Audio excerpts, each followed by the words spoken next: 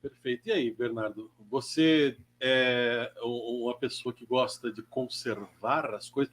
Você acha que o Vladimir Putin é a última tábua de salvação do Ocidente? Cara, eu vou dizer que sim ou que não. E que não. Ai, cara, não, porque é um assunto que surgiu, né, Brasil? A gente estava conversando sobre isso. O pessoal falou que o seu está um pouquinho baixo. Talvez você fale um pouquinho mais perto. Vou colocar mais perto aqui, aí. assim, ó. Porque muita gente ultimamente tem comentado e falado. Essa história sempre volta, né? É meio cíclica, né? Do Putin ser aí uma espécie de bastião do conservadorismo, porque lá agora estão condenando os homossexuais, né? Os travestis sequer podem ter carteira de motorista, a Madre Rússia, a Igreja Ortodoxa, são as tradições. Ele diz, olha, os homossexuais não serão perseguidos, mas também não mexam com nossas crianças.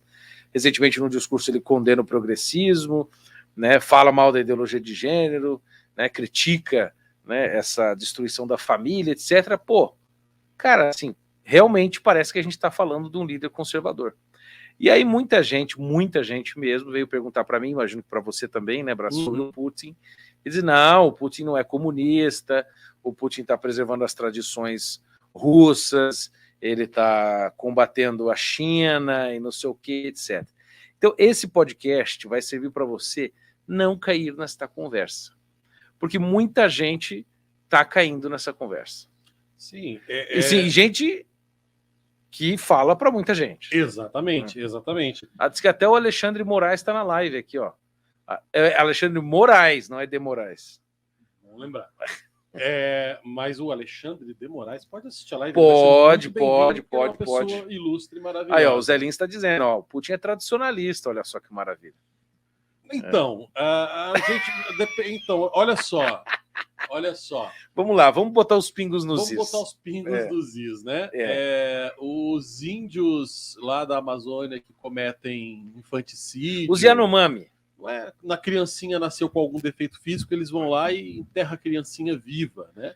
Não só Yanomami, eu morei em Rondônia, tem várias tribos ali que fazem isso, não é? Tem. Criança nascem gêmeos, matam um, isso é uma tradição, não é? Então aí a gente vai ter que falar que, por exemplo, né, infanticídio, matar criança que nasce com alguma deficiência, né, é conservadorismo. Porque preserva a tradição. Preserva a tradição, entendeu? Quer dizer, só porque algo é feito, né, de maneira sucessiva, de acordo com as gerações, bom, isso é algo tradicional. Toda tradição, então, é boa? Não é? Vem essa pergunta aí. As sociedades pagãs que sacrificavam criancinhas a Moloque, perfeitamente tradicional. Sim. Não é? E esse culto aí, se você for ver, o culto a Moloque, né, ele é perpetrado até hoje aí, né, pela indústria abortista. Cara, os astecas que sacrificavam... Eu tive lá nos templos astecas, tudo tive depois em Machu Picchu, etc.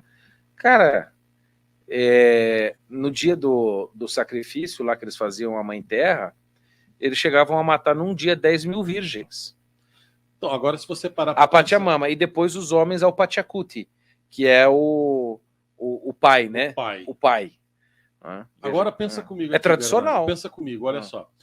Né, lá para os pagãos antigos, né, sacrificar criancinhas para Moloque, aquela coisa toda, era tradicional, certo?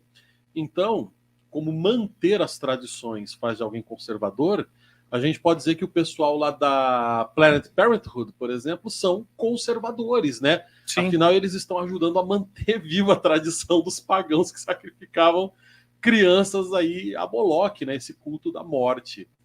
Né? Olha só, eu ouvi o argumento, né? Um argumento que a gente tá vendo muito, pessoal, veio gente me trazer isso aqui no Instagram e tal, dizendo que o fato do Putin defender a Igreja Ortodoxa russa, né, e da Igreja Ortodoxa ser forte dentro da Rússia, faz dele um conservador. Faz dele um conservador e faz da Rússia um paraíso.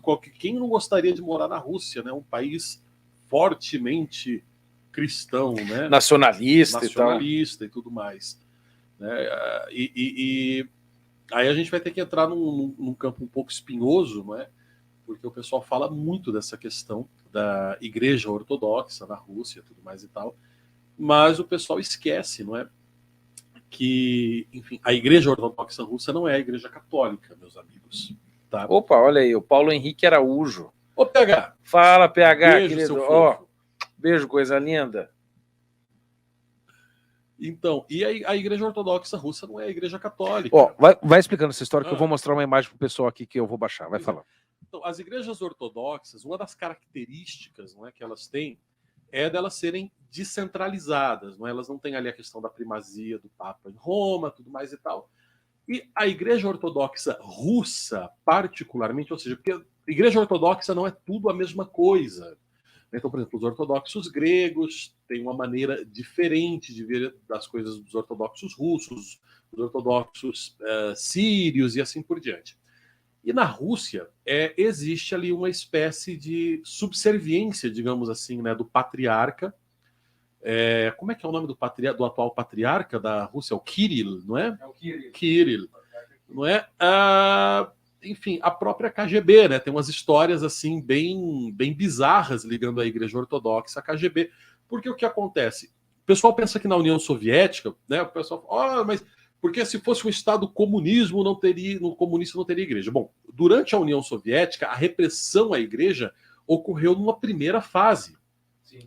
Mas a gente tem uma fase bem extensa digamos assim, do meio para o fim da União Soviética, onde a Igreja Ortodoxa Russa tinha total permissão para funcionar, e aliás, funcionava muito bem, inclusive ali bem alinhada com o governo soviético. Então a ideia de que o fato de você ter uma igreja ortodoxa russa funcionando faz com que o Estado não seja comunista, você vai ter um problema que você vai ter que dizer então que a União Soviética só foi comunista ali até a década de 50, mais ou menos. Né? E a gente pega, por exemplo, na Geórgia, que teve um período de tolerância à igreja muito mais longo, inclusive, do que em outras repúblicas, né? Porque a gente não pode esquecer que a União Soviética era uma união de várias repúblicas, e dependendo de qual república a gente está falando, existia maior ou menor tolerância à existência, ao funcionamento da igreja, e tudo, obviamente, dependia do nível de colaboração, né, dos arcebispos e de tudo mais com o regime.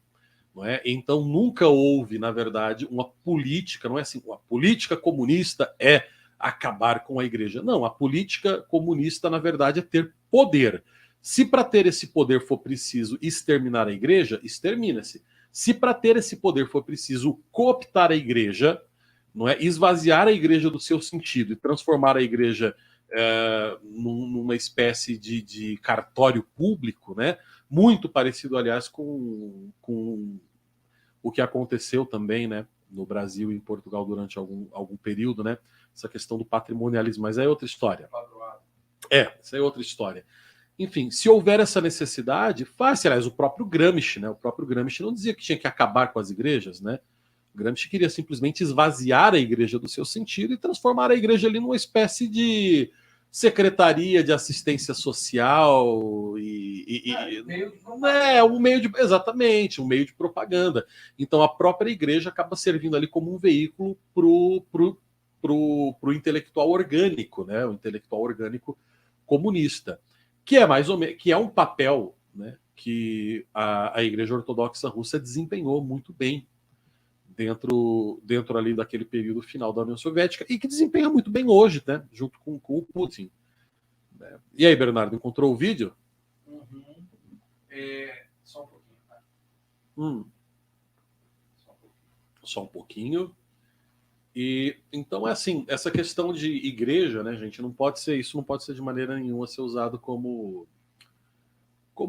um pretexto, não é, para dizer que não existe comunismo, porque existe uma confusão quando as pessoas vão justificar que algo não é, a Rússia não é comunista, o Putin não é comunista.